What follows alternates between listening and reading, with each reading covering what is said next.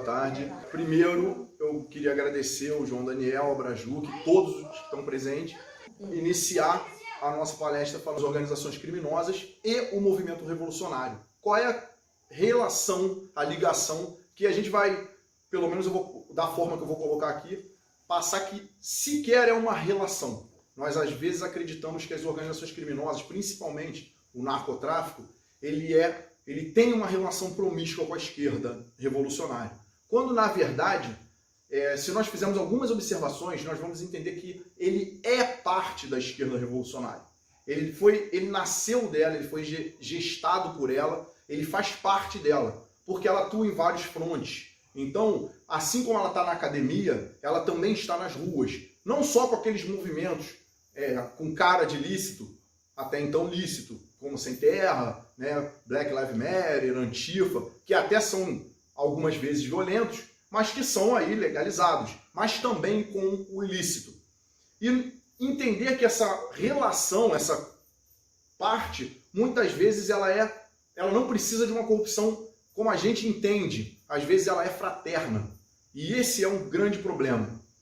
Para começar, eu gostaria de falar sobre a ideia, né, de organização criminosa, mas de uma forma um pouco diferente. Falar que as organizações criminosas elas têm algumas características diferentes. Algumas elas são realmente mercantis. Qual é o intuito daquela organização? Ela se porta com o fim de arrecadar riqueza. E tem N exemplos nesse sentido.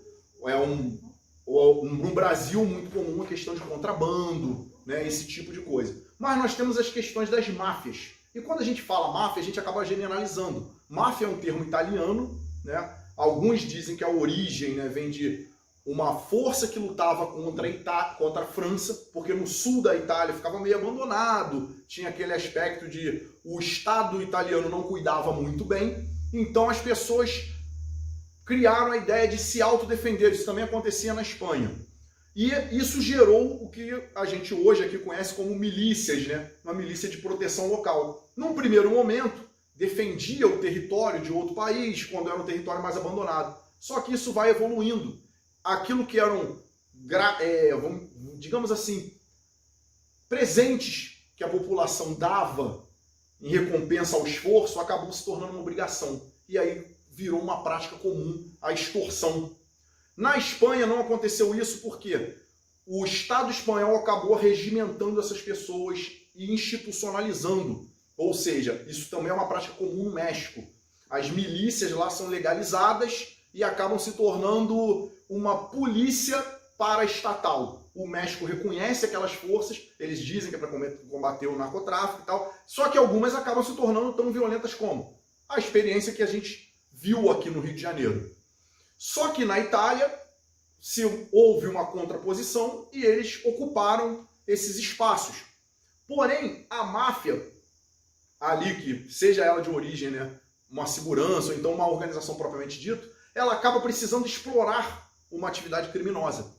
Por quê? Como organização criminosa, ela não nasce daquele produto. Ela nasce porque ela quer existir e ela acaba explorando aquilo. É como se você fizesse uma comparação a um nicho de mercado. Ou seja, eu vejo que há aquele nicho, eu quero ganhar dinheiro e eu faço o quê? Eu vou para aquele nicho. Porém, existem casos que são diferentes, onde as pessoas vão procurar soluções porque elas veem um problema, elas têm uma motivação. Vou até usar aqui de um exemplo da palestra anterior, quando nós temos um professor preocupado realmente com a educação e ele se dispõe contra tudo para até criar uma universidade dele. Ou seja, não é criar uma universidade porque há necessidade só no local e porque eu posso lucrar com aquilo, mas porque será a minha forma de contribuir de verdade com a educação. Ou seja, quando eu quero me associar, muitas vezes eu me associo e vou procurar a fonte de renda a posteriori. A fonte de renda pode não ser o principal. Associar essas pessoas pode ser a primeira questão. E no caso de algumas máfias, elas surgem e vão procurar um nicho a explorar. Vou explicar isso quando a gente fala daqui, principalmente do Brasil. Nós temos também as tríades chinesas, a Yakuza, porque a Yakuza não é uma vários tipos de máfia, como na Itália, tem máfias com diversos nomes, Camorra, Cosa Nostra, por exemplo. Mas a Yakuza é um conceito único, assim como algumas, né, facções aqui, ou seja, Yakuza é mais um nome próprio do que um gênero, máfia. Tanto que máfia russa é qualquer crime organizado lá. E a gente acabou internalizando isso. Então a gente chama tudo de máfia. A gente acaba chamando qualquer crime organizado de máfia. Passou a ser crime, a gente chama de máfia. Ou seja, nós internalizamos o instituto italiano, que aqueles grupos, e principalmente o russo, é máfia. Porém, algumas dessas facções se tornaram tão grandes que ganharam nomes próprios, como é o caso da Yakuza. Nós temos aqui talvez a primeira grande facção, e hoje considerada a segunda maior, mas eu considero a mais influente, o Comando Vermelho. Que ele se coloca um nome, ou seja, ele se batiza, ele tem uma identificação. Hoje ele não é o maior, porque em São Paulo a gente tem o PCC, que até pela proporção de São Paulo, por não ter um rival ali, ele acaba se tornando algo muito maior, mas ele tem um nome próprio também. E aqui nós, no Rio de Janeiro, temos aí o Terceiro Comando, né, o ADA. A figura da milícia já é um pouco diferente, porque a milícia acaba sendo genérica, existem milícias distintas, não é a mesma facção, inclusive em alguns lugares elas se enfrentam, né, mas não tem a mesma situação. E o que acontece? Algumas máfias elas acabam se tornando uma espécie de questão, que é o que acontece na Itália, depois também é levado para os Estados Unidos, uma questão feudal. Por que eu gosto de dizer feudal? Porque a gente tem o maior exemplo aqui no Rio de Janeiro, que são as máfias que hoje são conhecidas como contravenção, mas que não se limitam a isso, que é o chamado jogo do bicho.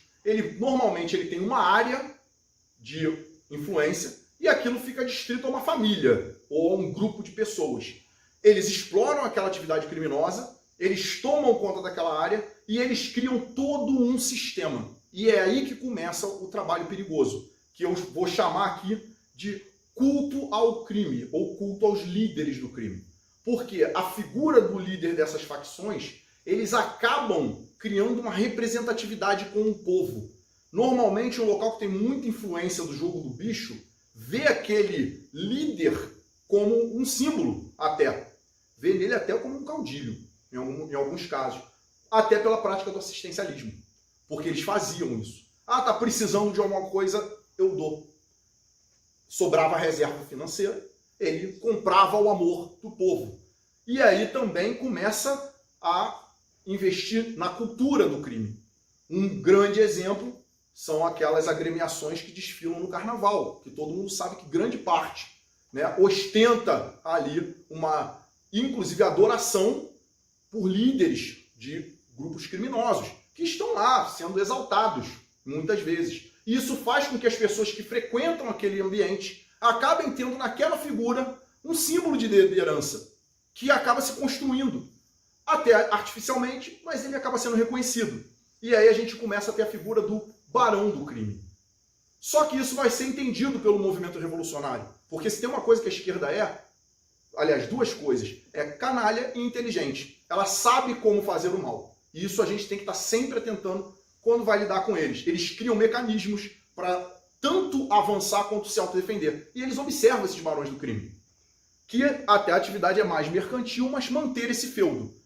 Por mais que não seja lucrativo para um barão do crime uma determinada atividade, como o próprio assistencialismo, é interessante para ele manter esse feudo fechado. Ou seja, as pessoas ali admirando ele. Ele tem a admiração do povo. E isso é complicado, porque não há como combater alguém que tem a admiração do povo naquele local. Até para um rei era difícil suprimir um barão quando aquele povo ali realmente estava com ele. Isso realmente é complicado. E aí, o que acontece? A guerrilha, influenciada por movimentos marxistas internacionais, inclusive, ela tenta tomar o poder através da força. Podemos citar aí Araguaia, entre N outras situações. Mas o chamado golpe militar, que é, na verdade, um contragolpe, ou seja, uma reação a um golpe que estava em andamento, ele frustra essa tomada do poder à força. Ou seja, não daria para fazer como na União Soviética, não daria para fazer como em outros tantos lugares, porque o sistema alemão, o partido nazista, ele chega ao poder não guilhotinando alguém ou matando a família do czar. Não, ele chega pelo processo natural. Claro que uma vez no poder, como todo totalitário, ele vai fechar as portas para todo mundo. E vai, inclusive, massacrar qualquer um que venha a se opor. Mas ele chega pela via natural, ele chega pela via política. O partido nazista não taca fogo no inimigo e toma o poder. Ele vai naturalmente chegando lá. E eles aprenderam que esse método funcionava. E esse método era uma forma de chegar ao poder quando a guerrilha fracassava. Ou seja, eu poderia chegar. Com a guerrilha ali sufocada, eu tento pelo meio eleitoral. E, de fato, a esquerda chegaria no poder até pela via política. E aí vem o regime militar e sufoca isso. Sufoca no âmbito político direto, sufoca a guerrilha, mas deixa algumas brechas. Até porque militar comanda, militar não governa. Há uma grande diferença. Há um comandante, ele fala, vamos. Há um governante, ele tem que convencer que as pessoas vão com ele. Não adianta falar, vamos. Se as pessoas não estiverem convictas, elas não vão. Essa é uma grande diferença. E aí, o que acontece? Esses grupos que praticavam ações terroristas, eles precisam migrar para outras atividades, inclusive lícitas. Ou seja, eles se tornam partidos, que no primeiro momento os militares mantiveram na ilicitude, eles vão para os meios acadêmicos, eles vão para os sindicatos, porque ali dava para fazer uma revolução, não armada, mas dava para tocar uma revolução. Porém, faltava uma determinada força e um controle sobre as pessoas. E aí surge a oportunidade, que é o presídio Cândido Mendes. Ou seja, talvez ali é o nascedouro da ideia. Que com essa prisão, onde vão o chamado marginal comum, o ladrão de banco, o ladrão de carro, né, o assassino de aluguel, ele vai parar naquele presídio. Mas não eram os marginais batedores de carteira. Por quê? Porque era um presídio isolado. A ideia ali era fazer uma cópia de Alcatraz, né? Vamos isolar, porque sair da Ilha Grande a nado é um pouquinho difícil. É bem complicado. Então eu já colocava ali para isolar. Era uma forma de isolar. E aí colocam-se pessoas com ligações de guerrilha. Pessoas que tinham conhecimento de guerrilha. Ou seja, vamos colocar essa mistura. Foi um erro do regime militar? Pode ser. Foi um trabalho feito no sistema prisional? Ou seja, alguém poderia ter mexido os pauzinhos para botar os piores bandidos e pessoas com ideais revolucionários, que talvez fosse até pior do que esses.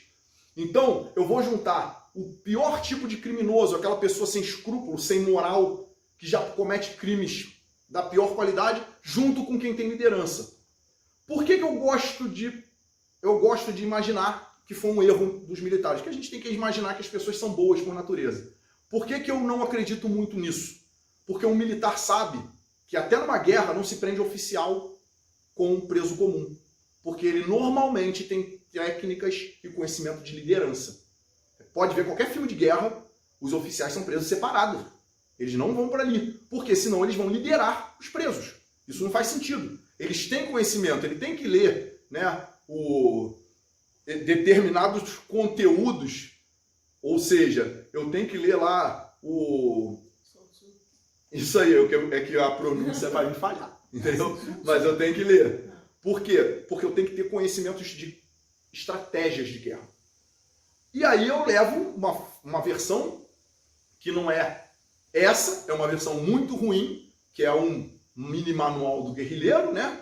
Para mão do criminoso, que já tem o escrúpulo baixo ou zerado para poder agir dessa forma. E aí eu crio o quê? Uma organização com viés marxista. O Comando Vermelho não é vermelho por outro motivo. Qualquer um que acredite nisso está sendo muito inocente. O vermelho faz a analogia direta ao comunismo. Nesse caso, para quem não sabe, eles têm oração própria. Eles rezam para o Comando Vermelho e para os seus líderes. Isso dentro do presídio. Porque eles foram doutrinados a isso. O cara que é Comando Vermelho, ele não pode trocar de uma facção, nenhum deles, né, na verdade, porque isso é considerado traição. Então ali existe uma causa. A coisa é bem mais complicada do que só um grupo de bandidos. Existe ali toda uma organização e toda uma visão ideológica. Eles passam a ser família um do outro. Eu tenho um jovem, né, que eu fui conversar com ele, que ele estava entrando nesse crime, nessa vida, né? E eu falei assim, você tem que olhar pela sua família e tal. Ele começou a conversar comigo de uma forma que a família dele não era mais família dele. Quem era a família dele era o Comando Vermelho. Mas olha só, vamos olhar para o outro lado? Dessa forma. Mas vamos olhar para o outro lado?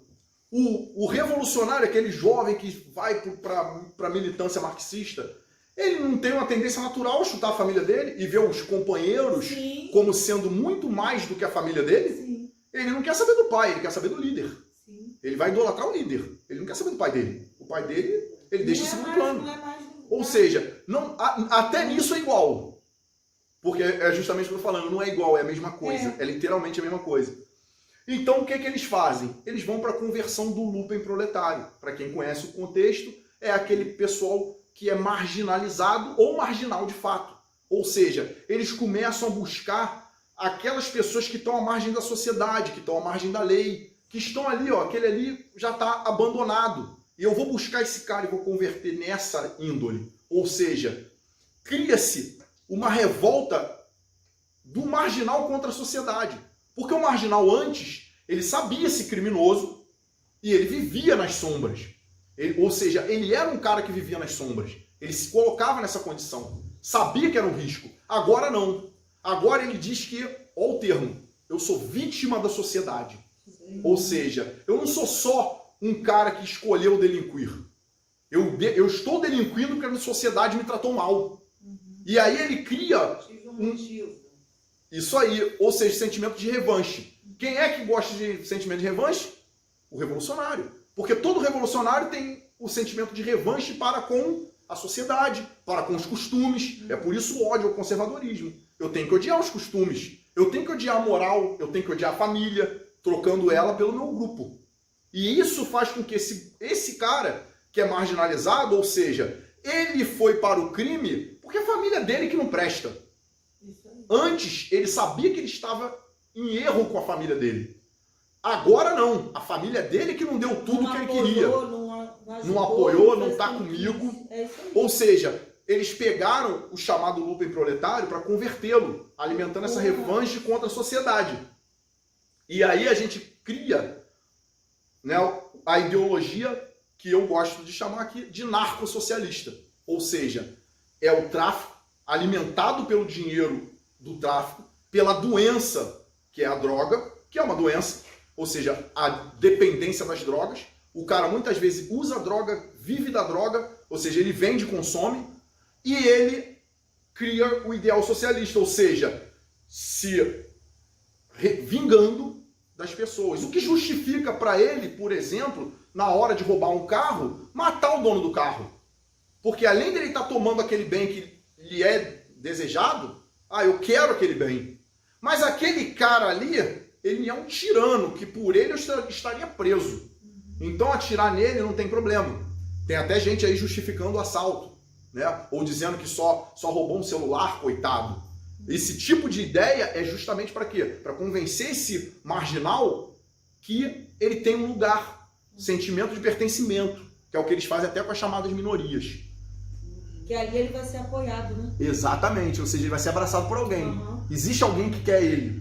E aí surge a figura do Comando Vermelho, que para quem quiser uma dica, eu sei que o livro é o autor é um criminoso, mas é idolatrado pela esquerda, a morte dele foi lamentada pela esquerda, mas existe o livro 400 contra 1, que deu origem ao filme 400 contra 1, onde a ideia seria jogar um único jovem marxista no meio de 400 presos. Fala a história do presídio Cândido Mendes e do nascimento do Comando Vermelho. Ou seja, onde ele, o autor desse livro, era chamado pelo Comando Vermelho como professor. Não, o autor acho que é eu esqueci o nome dele. Ele era um homem muito inteligente, né? E ele era chamado de professor. Por quê? Porque ele coloca esse ideário marxista na cabeça dos presos. Morreu, acho que tem 2 anos. Professor Ravini, falava dele de professor. Isso aí, ele era chamado de professor pelo próprio tráfico. E era um cara idolatrado por isso. porque ele foi a mente criadora, ele é o patriarca deles, né? Praticamente, a gente pode usar esse nome. E aí, só para fazer um ponto agora, vamos fazer um ponto um pouco fora da curva, falar um pouco sobre a questão dos cartéis. Nós tínhamos aí os cartéis colombianos, cartel de Medellín, cartel de Cali, e esses cartéis até tentaram se legitimar na política. E o fizeram. Pablo Escobar tentou, inclusive, ser político, mas acabou tendo uma resistência muito grande. Mas a gente tem aí, hoje, as Farc, que assumiu praticamente o controle das drogas, é uma guerrilha e se tornou hoje um partido. O M19. O M19, na Colômbia. E agora nós temos um membro desse grupo, aonde? Na presidência da Colômbia. Eles chegaram lá. Eles chegaram no poder através da via política. Não, tivemos, ela fazia parte. Ela fazia parte da guerrilha marxista. Só que as Farc, ela chegou a fazer esse processo de guerrilha, de narcotráfico e política. Ela não passou pela parte do narcotráfico. Eu acho que ela não vendia droga, pelo menos, né? Eu acho. Ela não, mas... E nós temos a organização internacional, que todo mundo conhece, Foro de São Paulo, que tentaram esconder por anos, mas que faz essa ligação, da qual as Farc fez, vamos ser gentil, faz parte. Não tem problema nenhum em dizer isso. E a influência do narcotráfico no regime socialista. Também tem um livro muito interessante, que é Hugo Chávez, o Espectro. Esse livro, ele conta de forma detalhada, é um alto assessor venezuelano que vai para os Estados Unidos, ele conta de forma detalhada como o Fidel convenceu o Chávez a entrar na rota do tráfico, junto com outros grupos guerrilheiros como a própria Farc. Porque ele convenceu o Chávez dizendo o seguinte, e isso é bom a gente memorizar, porque isso vai servir para juntar toda essa linha do nosso tráfico aqui. Além de eu envenenar os Yankees com a droga, ou seja, além de eu acabar com a sociedade capitalista, eu ganho o dinheiro dela para manter a guerrilha. E é onde o Chávez se convence que era um bom negócio. Porque quando a droga fosse para os Estados Unidos, eu envenenava os americanos. É só ver o estado como é que as coisas estão lá. Los Angeles já tem Cracolândia. A coisa está bem ruim. E, ao mesmo tempo, dólares entram na nossa economia. Se nós fizermos esse paralelo com o narcotráfico brasileiro, eu enveneno a sociedade, da qual eu sou vítima, e ela me patrocina. Ou seja, eu me alimento de envenenar a própria sociedade. E ela mesmo me patrocina. Ou seja, eu tenho um bom mercado para ganhar muito dinheiro e eu consigo envenenar o inimigo. Eu posso falar de Cuba e Estados Unidos, mas posso falar de qualquer traficante que vê o pessoal do asfalto como inimigo. E aí nós temos o nascimento do próprio Comando Vermelho, a justificativa da violência, porque é uma reação a uma opressão, ou seja, eu sou oprimido, eu estou nessa condição, e o surgimento de uma contracultura, porque da mesma forma que os barões lá do Jogo do Bicho tiveram as suas escolas de samba, eles começaram a fazer a mesma coisa. Eu preciso da simpatia do povo. Os primeiros traficantes eram extremamente assistencialistas. Hoje isso diminui um pouco, mas eles eram muito mais. E surge aí o baile funk, todo esse tipo de cultura. O cabelo pintado de acordo com a facção que o cara fazia parte. Tem até uma coisa interessante que as pessoas falam que é um funk inocente. Quando ele fala assim, eu só quero ser feliz, andar tranquilamente na favela onde eu nasci. Né? E poder me orgulhar de ter consciência que o pobre tem seu lugar. E eu acho essas duas frases muito perigosas. Porque quando ele fala assim, andar tranquilamente na favela onde eu nasci, ele não faz ali, talvez, se a gente for analisar, uma revolta contra a violência que está lá pelo tráfico. É contra a polícia. Mas contra a sociedade que quer importunar o pobre que está no seu lugar. Ou seja, o meu lugar é aqui. Fica aí você, porque eu estou aqui. A ideia de que a polícia invade. E é o que está acontecendo agora. A polícia foi proibida de quê? A ideia de que a polícia invade o território que é do pobre. Ou seja, tirando o pobre da sociedade. Roubaram o pobre para eles. Como todos os movimentos minorias fazem. Né?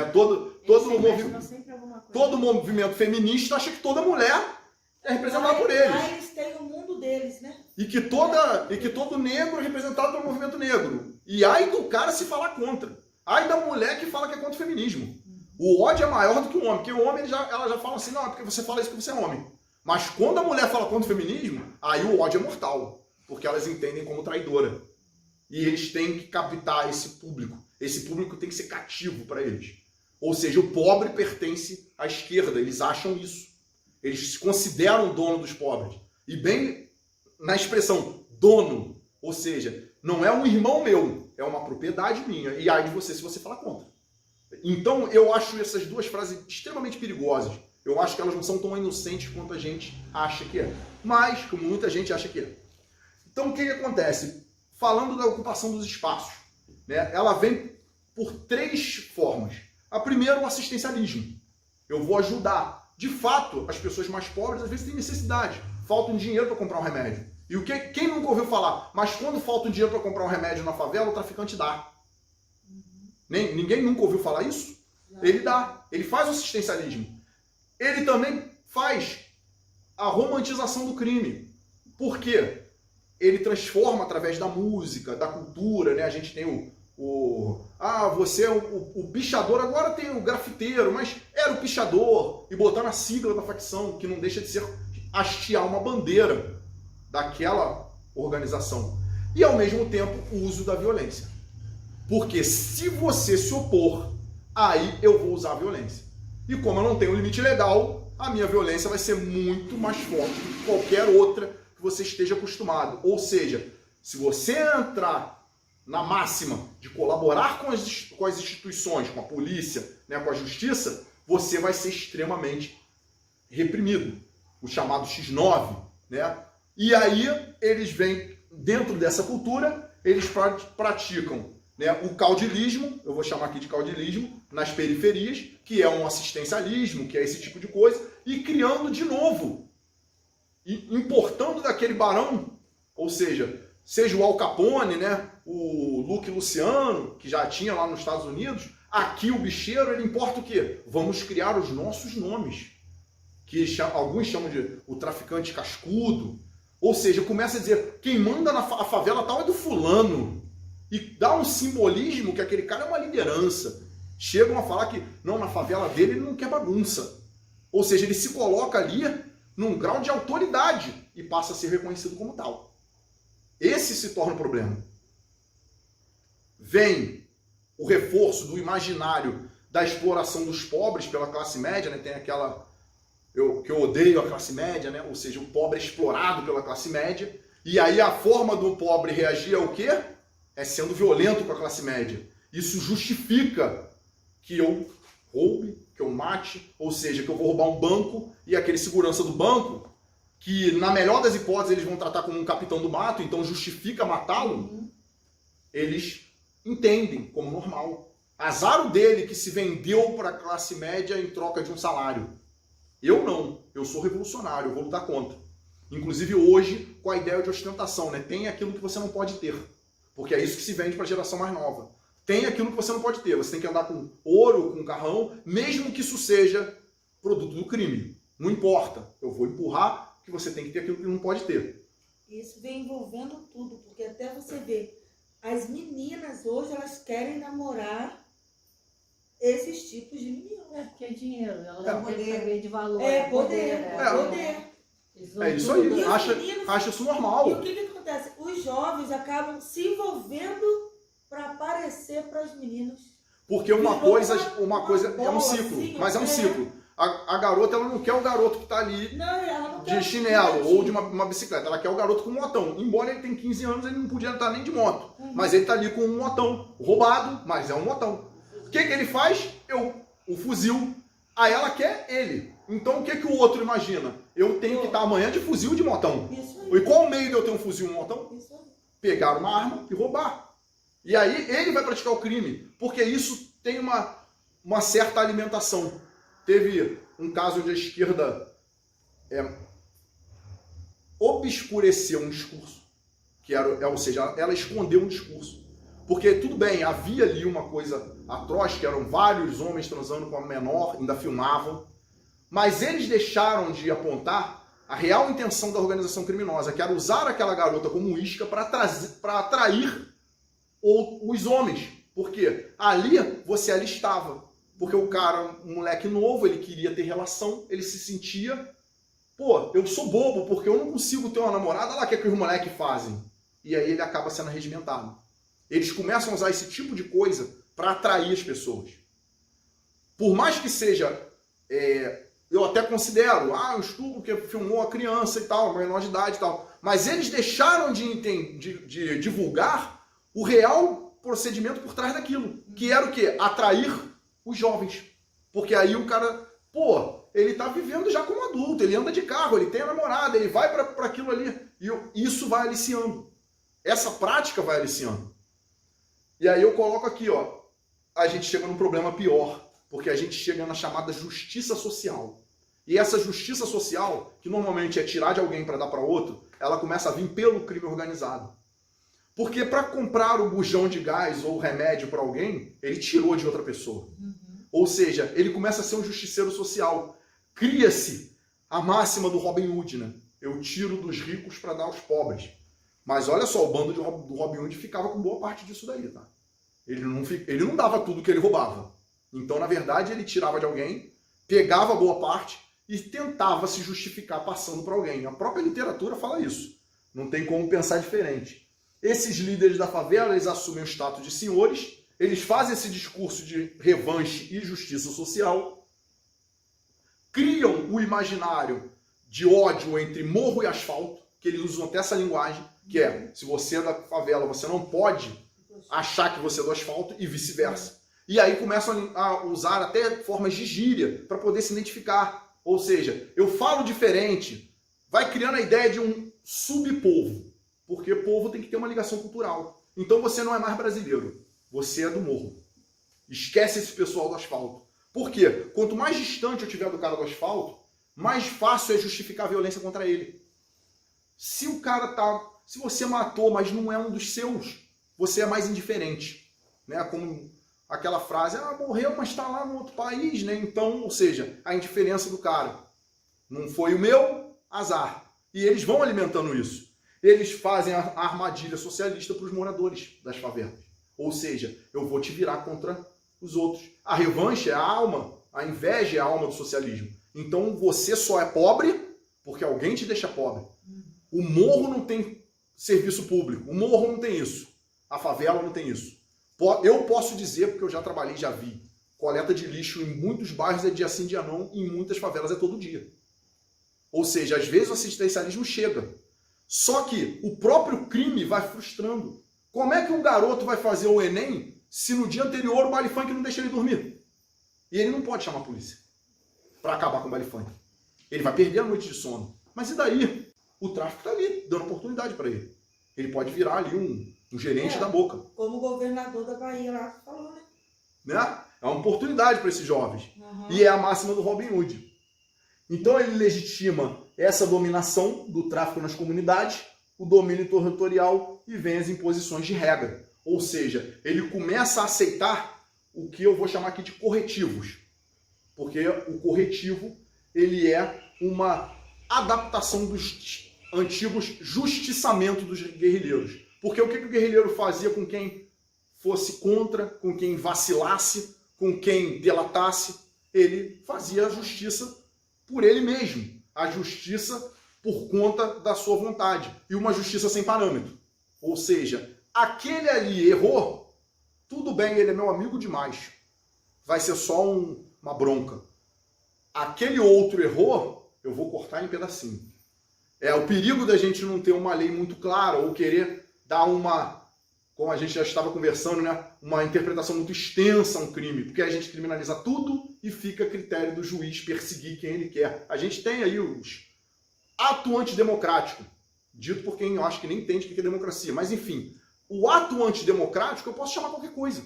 Fake news eu posso chamar qualquer coisa. Quando a agência de checagem é condenada por mentir, qualquer coisa pode ser fake news. E aí eu me permito, como juiz, perseguir qualquer um. Ou seja, eu posso dizer que é homofobia uma cantora falar que não vou num show, eu não cantaria no casamento de um amigo gay. Olha só, ela não pode ser homofóbica se ela chama o gay de amigo. Me desculpa.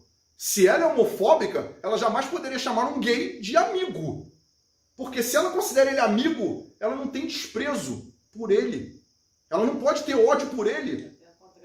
É uma contradição. Ela se refere a um amigo meu que é gay. Se ela fala isso, ela não pode ser homofóbica. Ah, mas a atitude não. A atitude dela foi não cantar. Ela não falou que ia jogar um coquetel molotov, como os Antifa fazem, no casamento dele, não. Ela só falou que não participaria, porque é contrário aos princípios dela. E ponto. Ela tá certa. Agora, ela falou um amigo dela gay. Como ela pode ter um amigo gay e ser chamada de homofóbica? A frase dela já é o suficiente para ninguém poder falar que ela é homofóbica. Porque ela chamou o cara de amigo e falou gay. Como é que um racista pode falar assim, ah, ele é um racista, ele tem um amigo negro, mas ele é um racista? Isso não faz muito sentido. Se ele é racista, ele tem desprezo, no caso, pelo negro, mas também um negro que tem desprezo pelo branco. Ele é racista. Se ele tem desprezo pela pessoa pela cor de pele, ele sequer vai ter amizade por ela. Ele nunca vai construir uma amizade. Ou seja, um negro que tem desprezo por brancos, ele não vai construir amizade com o branco. Ele vai ver o branco e vai falar, não, eu nem chego perto desse cara. Isso sim é racismo. O homofóbico, ele sequer vai falar com o gay. Porque ele vai entender que o gay é algo, para ele, abjeto. Se ela falou que o cara é um amigo dela, gente, não tem sentido falar que ela é homofóbica. Nenhum. Porque ela falou, meu amigo. Então, eles vão desestruturando, inclusive, as palavras para dar essa roupagem toda. Mas por quê? Porque eles acreditam no justiçamento. E o justiçamento é a vontade de quem aplica e a cara do cliente. Não é o fato que está sendo julgado. É a pessoa. E é assim que o crime organizado, ele age. Ele vai castigar de acordo com a pessoa. Tanto do julgador quanto do julgado. Mas ele traz a ideia de justiça social. Quando o pessoal romantiza, ah, aquele cara ali, ele é um estuprador, foi para a favela ou foi para o presídio, mataram ele, bem feito. Eu prefiro que ele seja condenado a uma pena de morte. Pelo menos vai ter um processo. Agora, quando eu legitimo que o tráfico faça isso, eu sou contra. Porque eu estou legitimando que alguém possa aplicar uma sanção ao arrepio da lei, à sua própria vontade. Amanhã, será que ele não está aplicando contra qualquer outra coisa? Que para ele seja incômodo? E a gente tem que ter muito cuidado, porque a esquerda relativiza isso. O relativismo moral e o relativismo até processual agora, né? A gente está vendo isso aí. Então surge a figura do Tribunal do Tráfico, onde eles julgam de qualquer maneira, sem uma defesa e tal. A gente vê que existe julgamento até, né, oficial aí acontecendo assim, mas isso não é o normal. Mas assim, eles julgam, eles mandam o cara para o micro-ondas, e aí vem a Declaração de Direitos Humanos, né, a Declaração Universal de Direitos Humanos, dizer que todo mundo tem direito a uma defesa, a um processo justo. E as pessoas falam que quando a polícia entra na favela para combater o tribunal do tráfico, para não deixar pessoas irem para o micro-ondas, ela está violando direitos humanos. Se ela não for ali, não tem direitos humanos. Porque a pessoa está sendo condenada sem processo. Está sendo aplicada uma punição que não tem pena prevista. E simplesmente vai acontecer. E a polícia que está violando direitos humanos? Não. Se ela não invadir aquele local, não vai ter direitos humanos nunca ali. Imagina a força que eles vão tomar ali.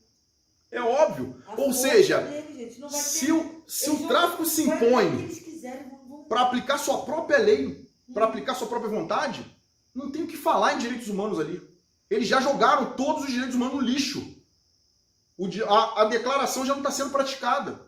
Então, se a polícia não entra, me desculpa, está falando em que direitos humanos? É o direito humano do cara de mandar o outro para o micro-ondas? Isso não faz sentido. Isso não faz sentido. Então, o defensor de direitos humanos, se ele for relativizar, não, mas eu defendo a vida até do traficante, então você teria que defender, sei lá, o Hitler, porque ele era um ser vivo. Não, a partir do momento que ele estava massacrando um monte de inocente, ele tinha que ser combatido. A partir do momento que o tráfico está violando o tempo todo os direitos humanos, ele tem que ser combatido. Isso é indiscutível. Se a polícia não entra, não tem direitos humanos. Porque ele faz o que quer. Como é que se defende dois lados de uma, né? O acusado e o acusador? Exatamente. E aí o que eles fazem? Eles assimilam também o criminoso, né, o Luper proletário, com um discurso pseudo-garantista. A pena é muito grande. Nós temos encarceramento em massa. Nós temos uma juventude negra presa. Eu quero que alguém me mostre alguém que está preso por ser negro. Que a sentença do cara é assim, está preso por tantos anos por ser negro. Não tem. Ele está preso por algum fato. Então, gente, não existe encarceramento em massa no Brasil.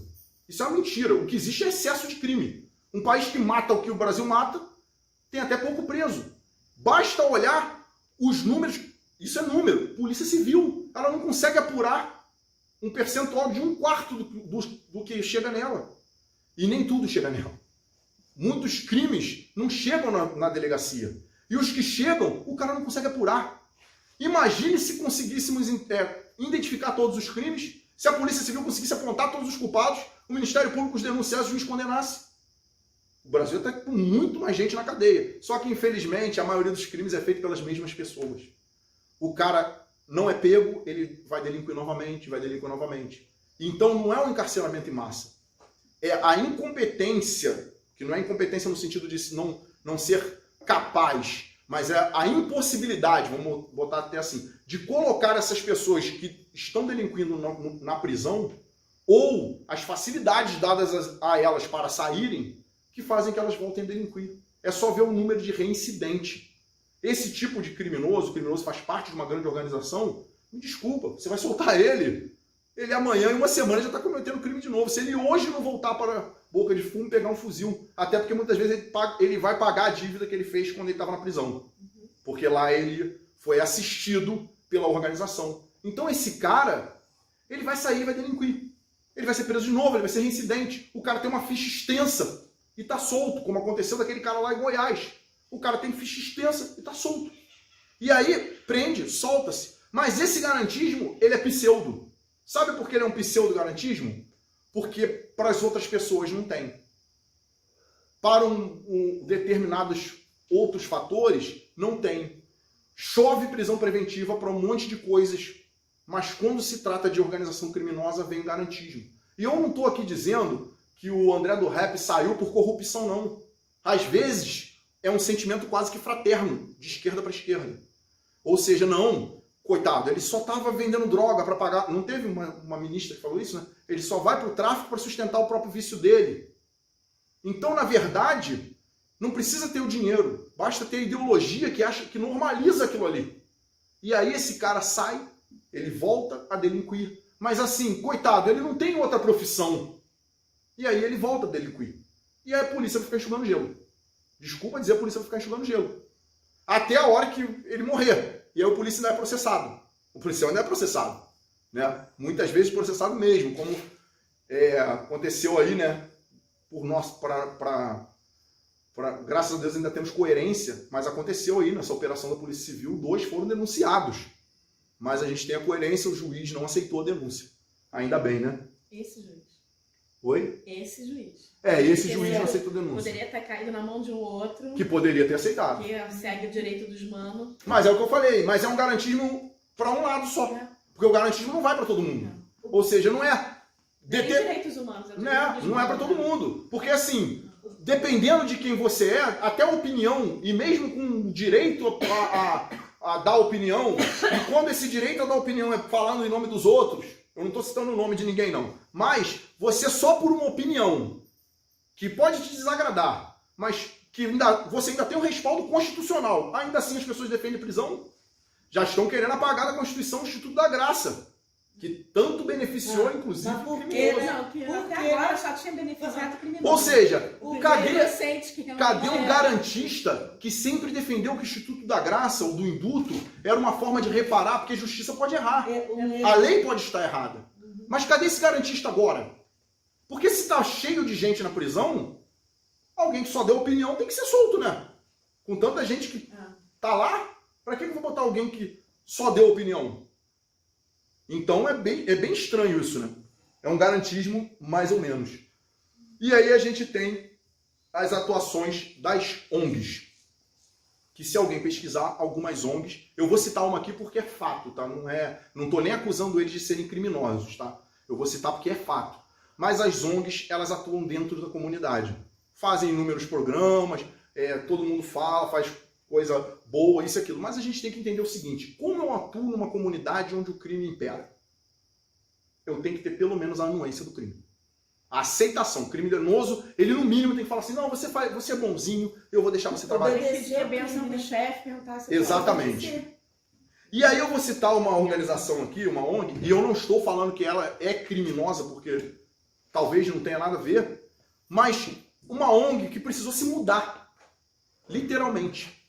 Nós tínhamos uma ONG no Rio de Janeiro, que ela tinha sede em Vigário Geral. E quando o Vigário Geral muda de facção, essa ONG se muda para o Complexo do Alemão.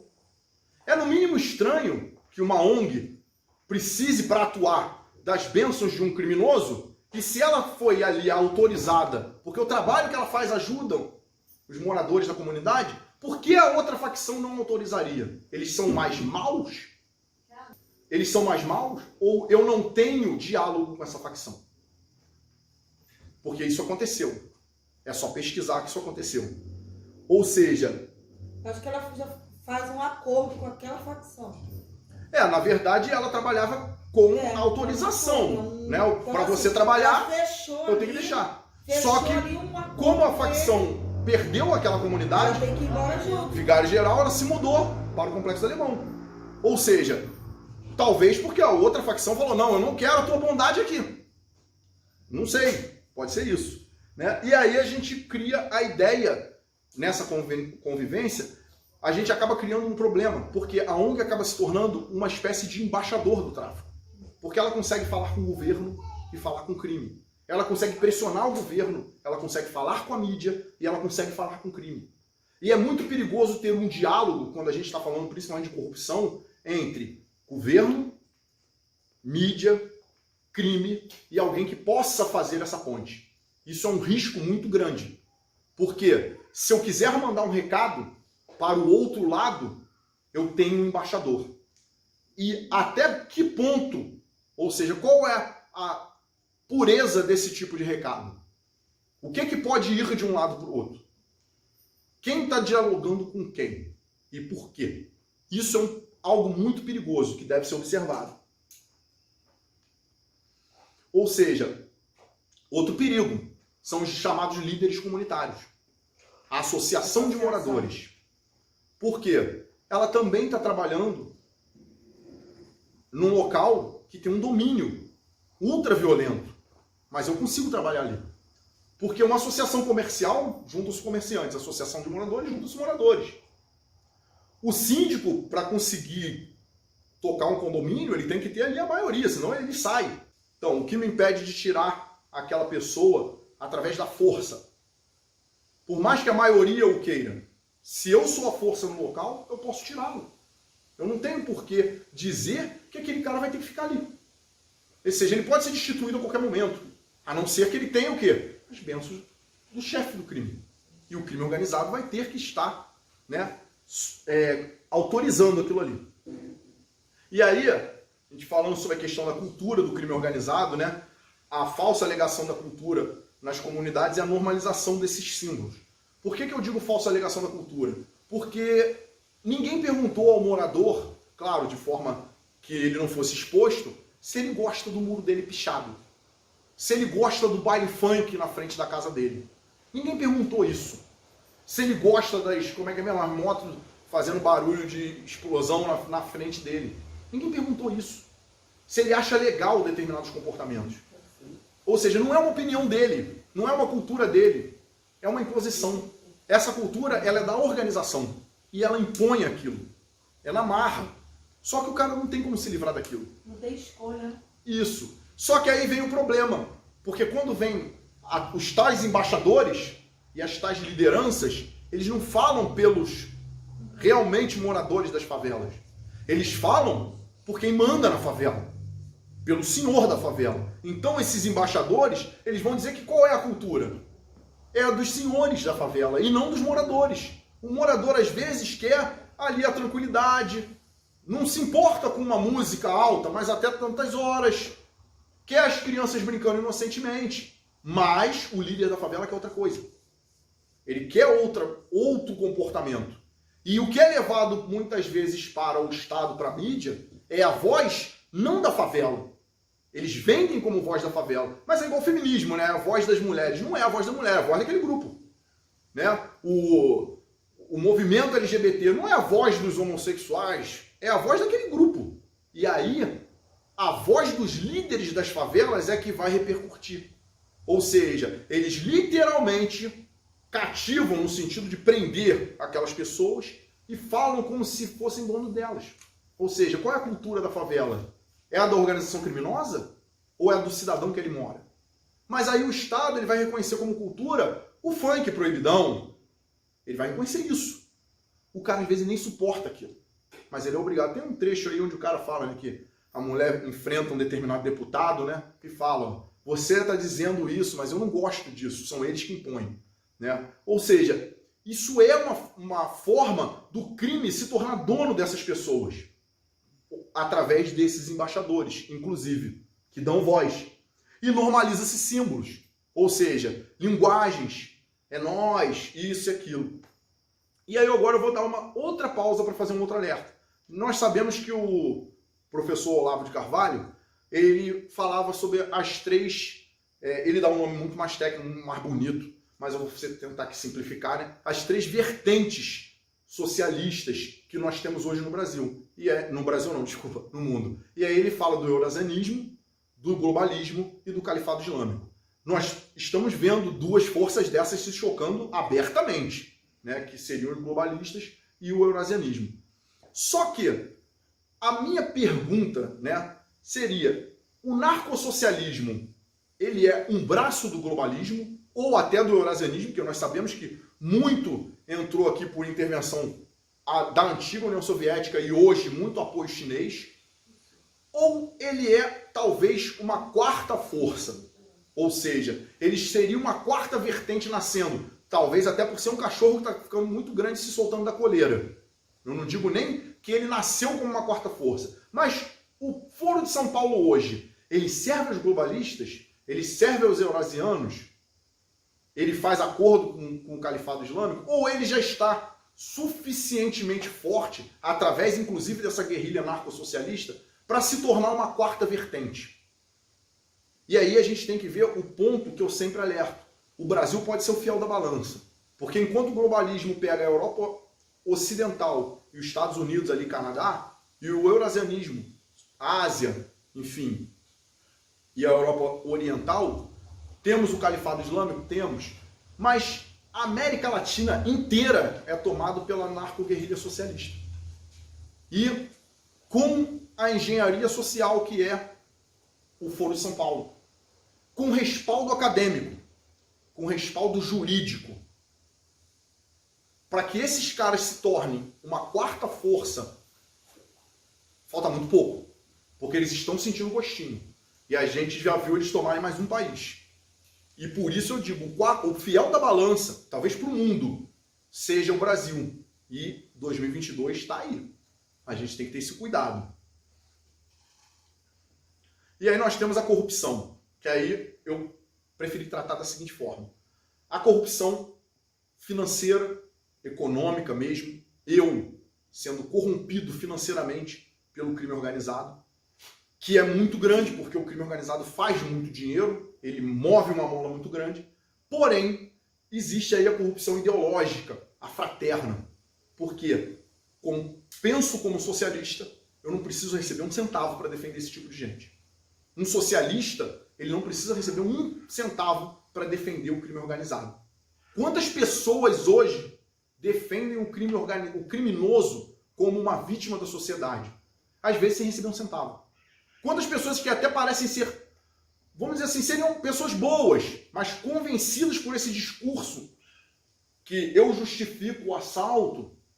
Gente, justificar o assalto porque você quer um bem e você não tem dinheiro para comprar, e isso te legitima praticar um assalto, desculpa dizer, isso justifica qualquer crime. Isso justifica um estupro. Porque você quer uma relação e a pessoa não quer, te justifica pegar força.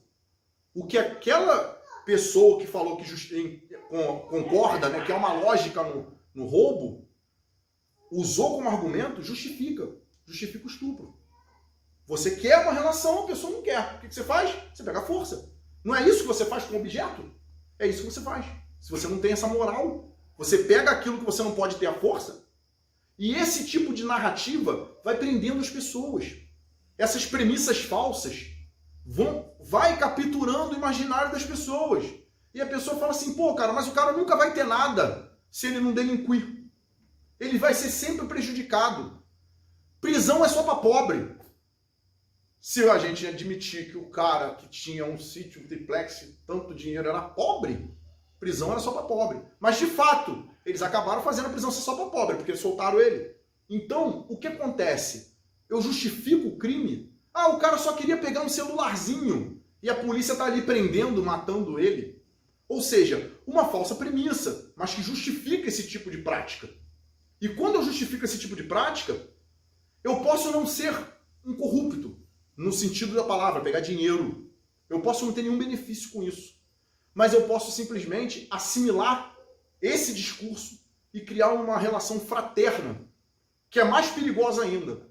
Porque para defender a minha mãe, para defender o meu irmão, a minha esposa, o meu filho, eu não preciso de dinheiro. Eu faço isso de coração. E às vezes o coração é mais complicado. Dinheiro, quem paga mais leva. É mais perigoso ainda.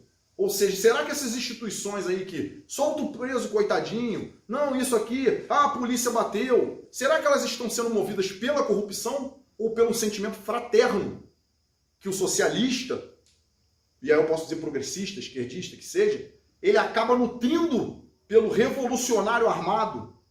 Porque ele não é um revolucionário armado, ele é um revolucionário de caneta. Ele é um revolucionário intelectual. Mas quem disse que um pensador, ele não nutre um respeito, uma admiração por quem luta? Ou seja, se eu sou um filósofo grego, eu tenho que nutrir uma admiração pelos soldados gregos. Se eu sou um filósofo de qualquer país, eu tenho que nutrir um respeito por aqueles que lutam pelo meu país. O americano fala em liberdades, mas ele nutre um respeito pelo exército americano, que vai lá lutar por liberdade. Não é esse o sentimento que ele tem? E é assim que ele vai defender os seus soldados. E a gente tem que ter esse cuidado. Nem tudo eu preciso provar a corrupção. Às vezes ela é uma questão fraternal. Ela é uma questão de amor mesmo ideológico. E aí não precisa ter um nexo de relação de dinheiro. E aí eu falo dessas doutrinas garantistas, que como eu já falei são falsas, né? E aí a gente chega na corrupção do sistema de justiça. Por quê? Hoje, não é dizer que o judiciário é todo, senão a gente não teria uma Abrajuque na vida.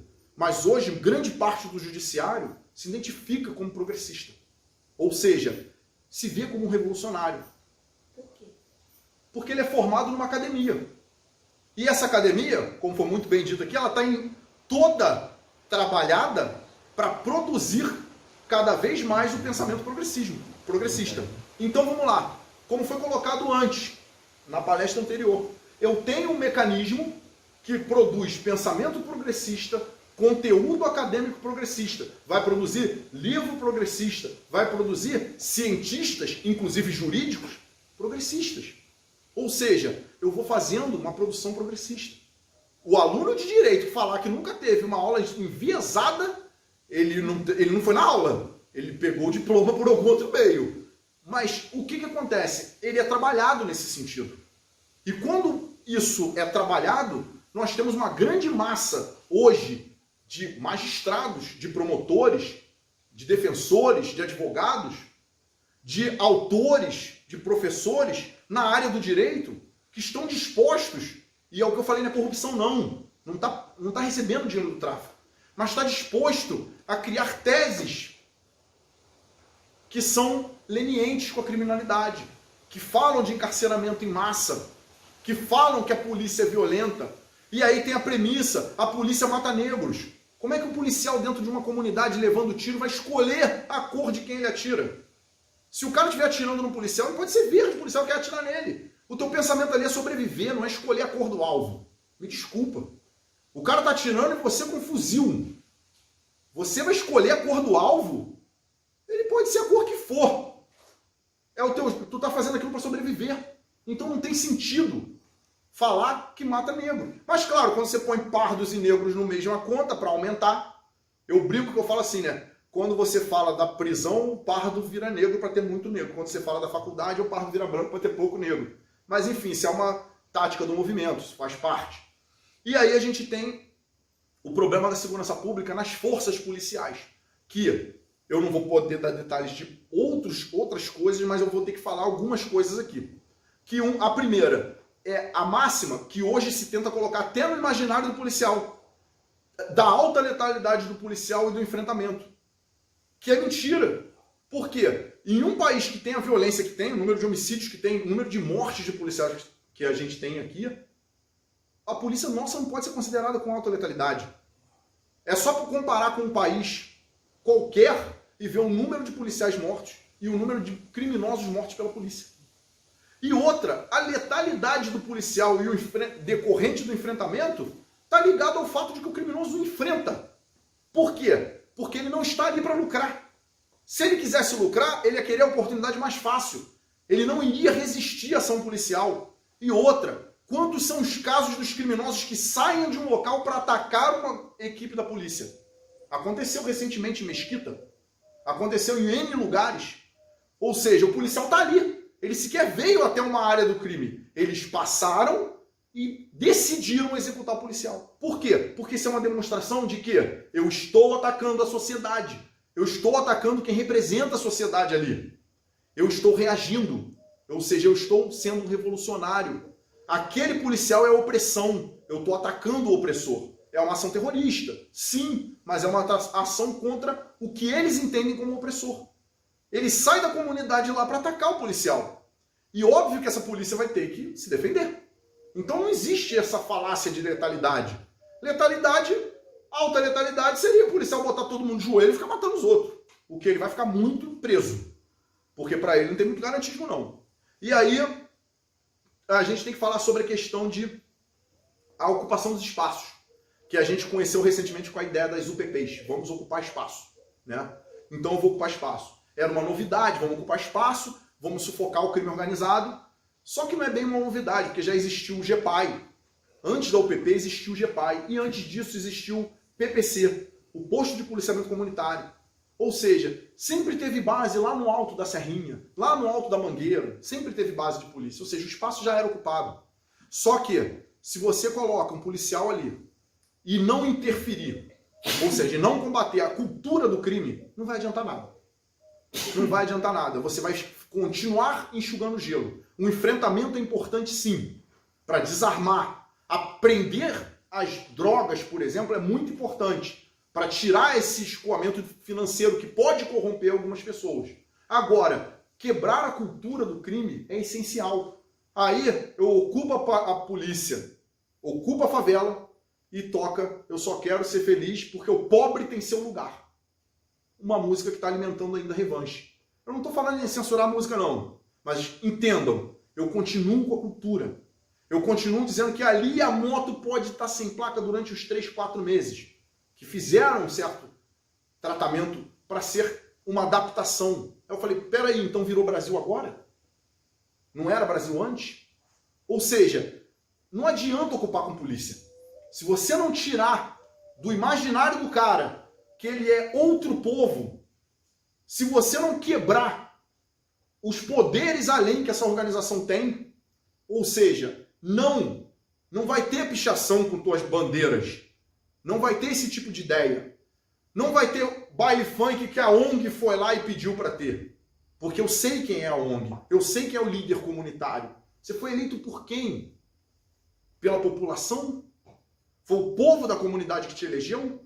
Não. Você está aí por quê? Então tem que se investigar isso. Isso tem que ser feito.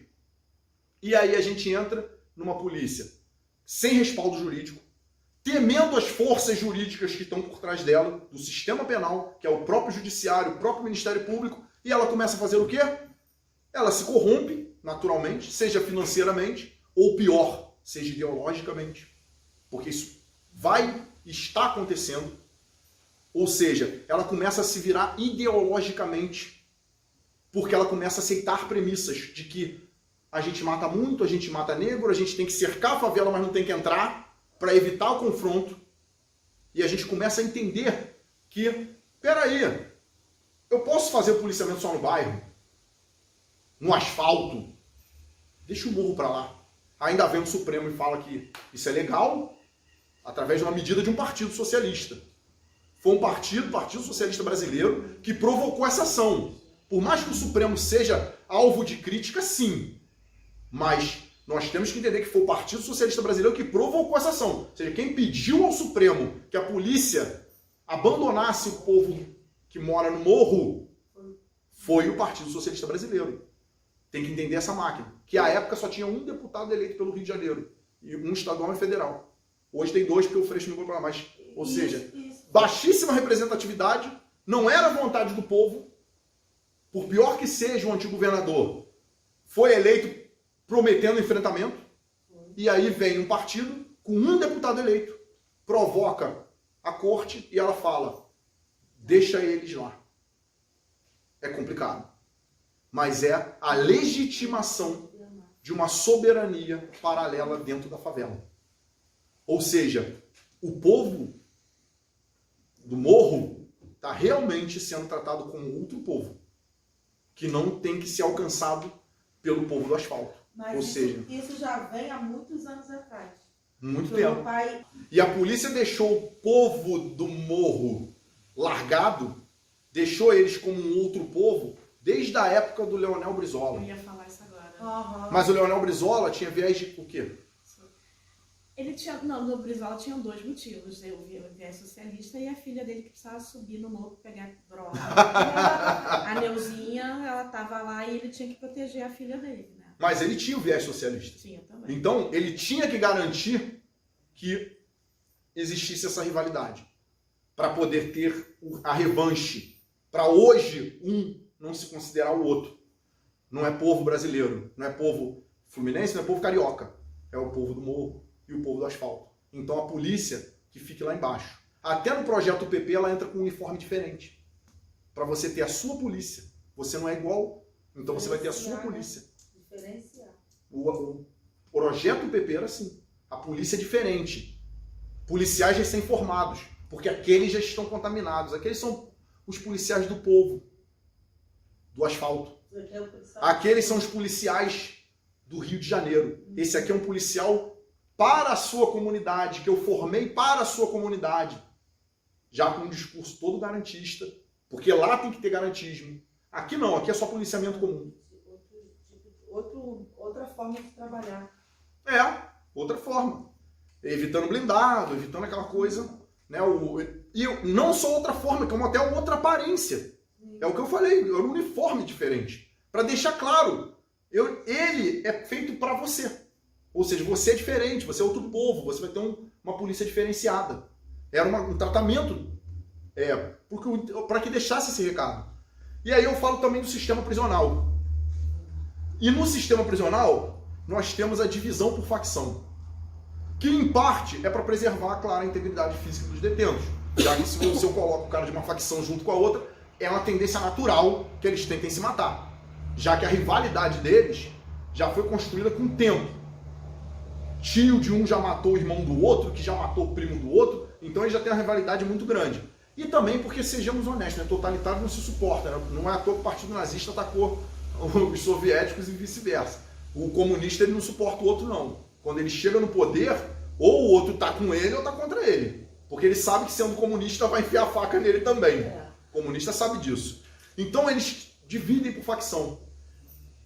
Embora isso seja para a segurança dos detentos, isso cria um problema gigantesco. Por quê? Porque isso faz com que exista ali um recrutamento muito grande. Até porque aquele cara que foi preso por um crime avulso, e olha só, não estou falando crime menos grave não, eu estou falando crime avulso. Por quê? O estupro é um crime gravíssimo. O cara espancar a mulher até a morte é um crime gravíssimo. Matar o vizinho é um crime gravíssimo. Mas ele não faz parte de uma facção. Então ele não está ideologizado. Ele não tem aquela cultura. Que ele cumpra a pena dele. E que seja gigante. Mas ele não pode ser colocado ali. Senão, naturalmente, ele será o quê? Convertido para aquela cultura. Ele vai fazer parte daquele todo. Ele vai conviver com aquelas pessoas. E quando ele convive com aquelas pessoas, ele comunga daquilo ali, como foi dito antes, ele passa a ser família. Ele passa a ser família. Ele é arregimentado. Os crimes menores, pior ainda. Eu acho que a melhor solução é que a cela seja o menor possível. O que eu quero dizer com o menor possível? Não é deixar o cara no cubículo, não. É cela para 1, cela para 2, tipo aqueles presídios americanos. É isso que eu ia falar, nos Estados Unidos é assim. O presídio pode ser gigante, mas que fiquem ali no máximo 2. Porque quando o cara bota 30 e você entra ali, por pior que você seja, pode ser até um psicopata, mas ele entra no meio de 30 e 27 fazem parte de uma facção, você vai naturalmente ser convertido ou morto. Então você vai fazer parte daquela facção. E aí aquele cara sai dali como? Igual o pessoal saiu lá do Cândido Mendes. Criminoso, bandido, rejeitado, mas dizendo que a culpa é da sociedade. E agora eu tenho o meu grupo, que eu pertenço, a minha família e a minha motivação, a minha fé socialista. Inclusive rezando dentro do presídio para a facção. Isso é muito perigoso. Tá? E outra coisa que é a vulnerabilidade dos policiais penais. O que eu quero dizer com isso? O policial penal, ele é muito vulnerável. Por quê? O policial penal é o carcereiro? É o antigo agente penitenciário, que agora virou polícia. Justamente por isso, que há tempos atrás, ele era agente penitenciário. Em alguns estados, ele sequer tinha porte de arma na folga, tá? Porque isso era uma concessão da administração. Agora, como virou polícia penal, ele é policial. Então, ele está lá no rol 144, ele vai ter direito a portar arma. Mas, ainda assim, ele tem muito pouca proteção. Muito pouca proteção. Ele fica exposto. Muitas vezes, o carro dele particular está parado ali, onde os visitantes dos presos passam. Então, isso é muito complicado. A pouca proteção, a exposição que ele tem, nome, ele é identificado, isso é muito complicado. E por ele antigamente não ter um porte de arma, era pior ainda. Por incrível que pareça, o departamento socioeducativo não tem porte de arma, tá? Então o cara na folga, ele anda desarmado. Ele pode até tentar buscar arma por outro meio, mas ele não tem essa garantia. E olha que absurdo. O agente do Degase, ele lida ali com menores que muitas vezes estão na favela com fuzil. Porque tem moleque de 16 anos segurando fuzil na favela. O diretor há pouco tempo atrás, não foi? Acontece. Agora imagine um agente socioeducativo que lida com um moleque que às vezes está com fuzil, que está com uma pistola, ele não ter um porte de arma institucionalizado. Isso deveria ser uma obrigação. Na verdade, eu entendo que o policial deveria, agora que no Rio até melhorou, receber a arma no dia que se formou. Porque isso era o mínimo. Mas o agente socioeducativo não tem. Ele não é tratado sequer como segurança, né? É tratado como da parte da educação. Mas ainda assim, ele se expõe. E essa exposição fragiliza o cara. Como que ele vai ser um carcereiro, digamos assim, que seja, não é espancar os outros não, mas só fazer o que é o certo, quando ele se vê ameaçado lá fora. Essa fragilidade é extremamente perigosa. Não tem lá dentro porque ele está sendo ameaçado lá fora. Moral da história, ele se torna uma espécie de pastor, não pastor de ovelha, pastor de lobo, ele vira um pastor, mas quem manda no presídio acaba sendo a facção. Tem o diretor, tem o policial, mas quem manda em toda a estrutura acaba sendo a facção. É porque o policial não vai também ali se expor, caralho. É claro, e a facção começa a escolher quem é que vai fazer determinada tarefa. Quem é o faxineiro? Ele. Acaba vindo dessa forma. Né? Eles chamam de ligação. Mas eles falam, o elemento de ligação é que ele vai ficar buscando as coisas. É o cara. Então, assim, todo esse problema acontece. Tem a corrupção financeira, mas tem a fragilidade do sistema. E tem o medo do cara. Isso é muito perigoso. E aí que entra, tem a facilidade, como eu tô falando, de entrar o celular, de entrar a droga, porque o cara fica até, se ele se pôr ali... Ele se expõe, ele se arrisca. Ele agora barra um negócio, amanhã ele está sendo atacado na folga. Na saída do presídio. Realmente, é perigoso. Mais um ponto interessante a falar é o seguinte, que aí é o que eu falo sobre a questão do tráfico, do narcotráfico. O narcotráfico não é a fonte de renda única desses grupos. Hoje, até porque teve o advento das milícias, e eu coloco todos eles no mesmo bolo, inclusive com o ideal revolucionário, claro que um é mais radical, como é o Comando Vermelho, e outro menos, que seria aí a milícia, um ADA, mas todos eles têm ideal revolucionário, porque senão o cara não vai se insurgir contra a sociedade e controlar as pessoas. Mas hoje, eles, além do narcotráfico, eles praticam extorsão. Eles extorquem morador, eles extorquem comércio, eles praticam um monopólio. Ó, o gás que vai ser vendido aqui tem que ser o meu. A água, o garrafão d'água tem que ser o meu. A internet não entra, tem que ser a minha. E isso vai fazendo com que eles tenham outras fontes de renda. E aí é o que eu vou voltar lá para o início. Se o objetivo fosse ganhar dinheiro com droga, eles estão expandindo para outras fontes de renda. Por que eles não vão para a renda lícita? Porque não importa se é lícito ou não. E aí temos também a questão do roubo, né? E aí eu vou fazer aqui uma colocação, né, que é interessante, que o crime acaba não sendo a função principal de uma organização criminosa, e sim, como eu falei lá no início, a associação entre pessoas. O crime acaba sendo a fonte de sustento, mas a associação entre essas pessoas, que é lutar contra os opressores, lutar contra aquela sociedade cruel, lutar talvez até contra o capitalismo, embora se valendo dele. Esse é um discurso bem parecido com alguns partidos, né? Mas, ou seja, é a associação de pessoas.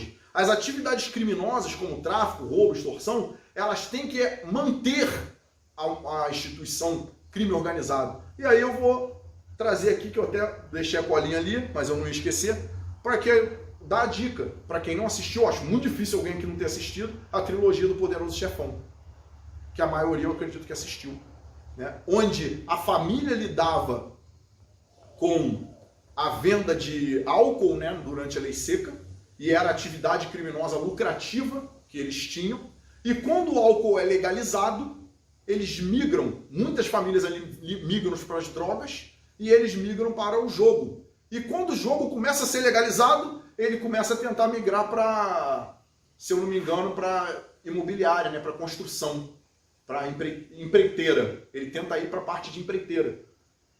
Empreiteira e corrupção aqui no Brasil a gente já teve vários exemplos. Mas a questão é, vejam que a família, ela migrava de uma atividade criminosa para outra. Olha a lógica, se eu legalizo droga, é uma falácia, né, que a gente tem. Se eu legalizar a droga, essas pessoas vão estar trabalhando numa atividade ilícita. Da mesma forma que o Poderoso Chefão, quando legalizou a bebida, ele não quis ficar no ramo da bebida. Por quê? Porque ele tinha que trabalhar com uma máfia criminosa. Ele só sabia trabalhar assim. Essas organizações, vamos ser honestos, por mais que... vamos esquecer os males da droga. Vamos fazer uma imaginação aqui, fazer um exercício mental. Se a droga não fizesse mal e legalizasse, a indústria das drogas ia acolher essas pessoas. Ela ia pegar o aviãozinho, ela ia precisar de um soldado do tráfico para quê? Para que uma indústria lícita precisa de um cara que mal sabe escrever segurando um fuzil, se ela pode pagar uma segurança? A própria indústria de cigarro faz isso, ela paga segurança. Por que seria dessa forma? Então isso não tem sentido. Não tem o menor sentido. Se a droga sumisse, gente, eles iam cometer roubos, eles iam cometer outros crimes, mas eles não iam se legalizar. Porque não faz sentido. Se eles quisessem se legalizar, eles migravam para outra atividade. Dinheiro eles têm. Mas e o controle de território? Nenhuma empresa vai exercer controle de território. Não vai ter esse poder.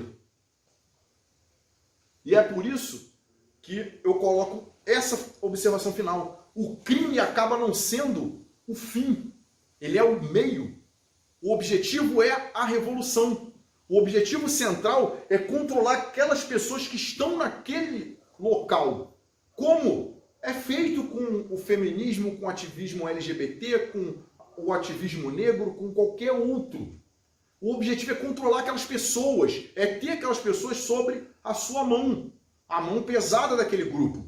Ou seja, é mais uma divisão para ter controle social. É um soviete.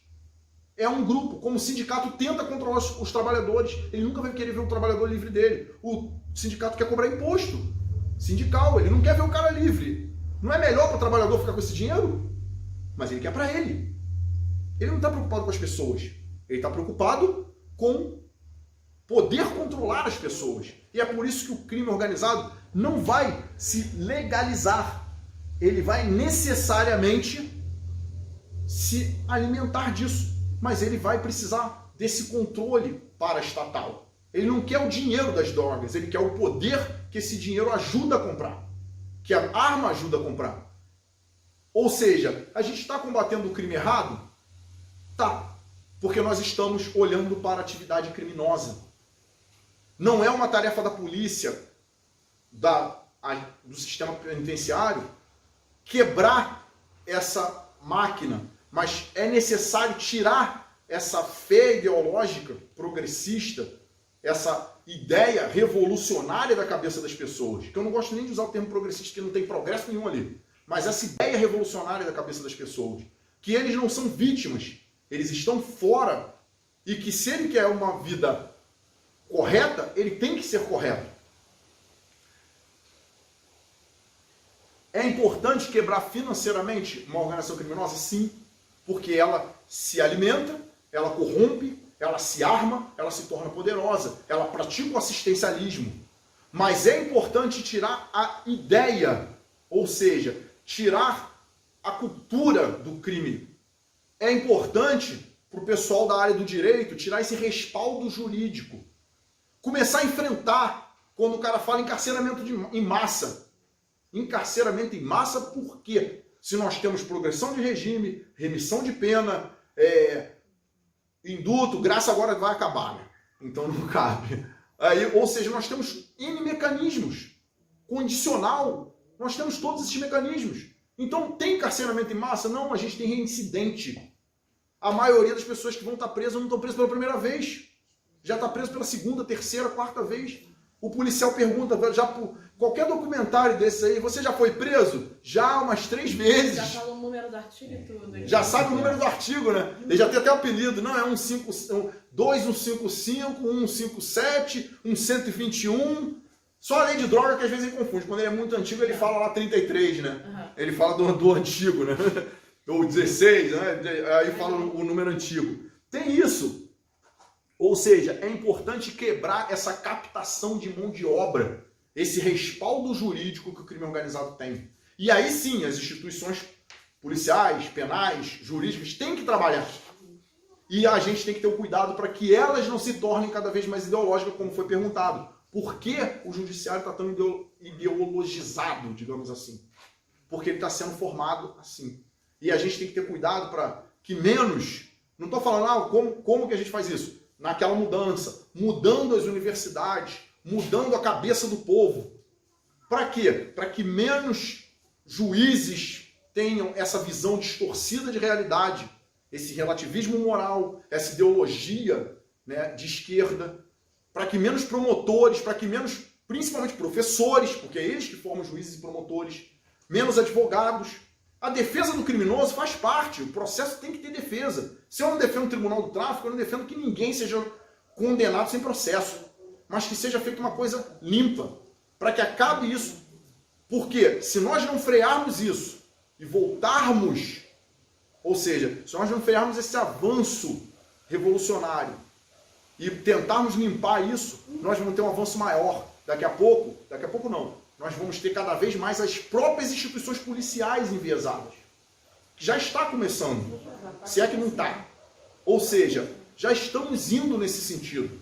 Policial defendendo legalização de droga. A gente viu uma cena dessa aí recentemente. Desarmamentista tem um monte. Ou seja, defendendo políticas totalitárias. Juízes defendendo isso. Ou seja, caindo nas narrativas. E essas narrativas vão se processando. Como que eu vou também querer que o cidadão da comunidade se livre se ele não tem nem os meios?